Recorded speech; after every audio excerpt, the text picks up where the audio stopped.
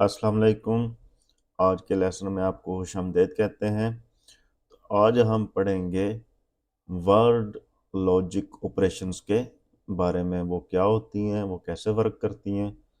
तो जो word logic हैं, इनको देख लेते हैं कि ये कैसे वर्क करती हैं, ये होती क्या हैं।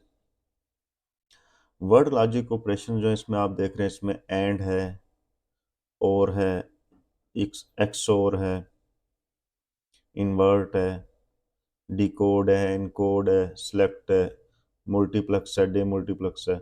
इनको वन बाई वन देख लेते हैं। ये जो होती हैं, ये बाइट्स पे, वर्ड्स पे, डबल वर्ड्स पे ये अप्लाई होती हैं। सिंगल बिट पे ये नहीं अप्लाई होती। यानी ये जो वर्ड के ऊपर अप्लाई होती हैं लॉजिक्स, ये वो वाली हैं। तो इनको देख लेते हैं। सबसे पहले है एंड। एंड का क्या मतलब है? एंड का मतलब है कि हमारी जो एंड में इनपुट 1 और इनपुट 2, इनकी अगर दोनों ट्रू हैं, अगर इनपुट 1 और इनपुट 2 दोनों ट्रू हैं, तो हमारे आउटपुट में रिजल्ट 1 होगा। यानी जो इनपुट 1 और इनपुट 2 अगर सेम होगी तो वो सेम रिजल्ट आउटपुट में भी होगा। जैसे कि मैंने एंड को एक बाइट टाइप बनाया है, तो अगर ये जो बाइट है, इसकी बिट 0 इनपुट 1 की और इनपुट 2 की बिट 0 ऑन है, तो आउटपुट की भी बिट 0 ऑन हो जाएगी। अगर इनपुट 1 और इनपुट 2 की बिट 1 जो है वो ऑन है, तो आउटपुट की भी बिट 1 जो है वो ऑन हो जाएगी। इसी तरह अगर इनपुट 1 की बिट 1 और इनपुट 2 की बिट 2, इनपुट 1 की बिट 2 और इनपुट 2 की बिट 2 ऑन है, तो आउटपुट की भी बिट 2 ऑन हो जाएगी। यानी जितने इनपुट होंगे, एक से ज़्यादा, दो से ज़्यादा भी कर सकते हैं, 3 कर लें, 4 कर लें, जितने भी इनपुट्स आपको चाहिए, आपकी रिक्वायरमेंट के मुताबिक उतने इनपुट आप कर सकते हैं। जब सारे इनपुट्स की सेम बिट जो है ऑन होगी, तो फिर आउटपुट में भी वही रिजल्ट आएगा। इसको मैं बता देता हूँ अप्लाई करके। ये देखें, इस वक्त इनपुट 1 की जो बिट्स हैं वो सारी ऑफ हैं, इनपुट 2 की भी सारी बिट्स ऑफ हैं, तो आउटपुट जो है उसकी भी बिट्स जो हैं वो ऑफ है। अब इनपुट 1 की मैं जो बिट 0 है उसको ऑन करता हूँ। ये देखें, ये ऑन हो गई है, लेकिन क्योंकि इनपुट 2 की बिट 0 जो है वो ऑन नहीं है, तो हमारे आउटपुट में भी कोई फर्क नहीं पड़ेगा।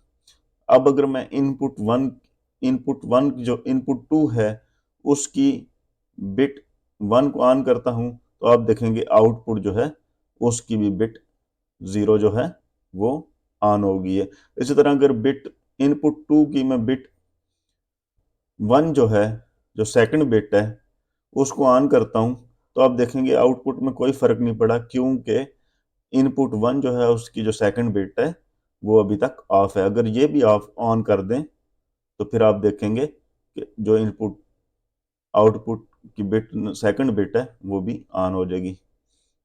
देखें जी, इनपुट 1 की सेकंड बिट ऑन की, इनपुट 2 की सेकंड बिट ऑन की, तो आउटपुट की भी सेकंड बिट जो है वो ऑन हो गई है। तो एंड का मतलब होता है कि सारे इनपुट्स की सेम बिट्स जो हैं वो ऑन होंगी, सेम नंबर होगा, तो आउटपुट भी सेम होगा।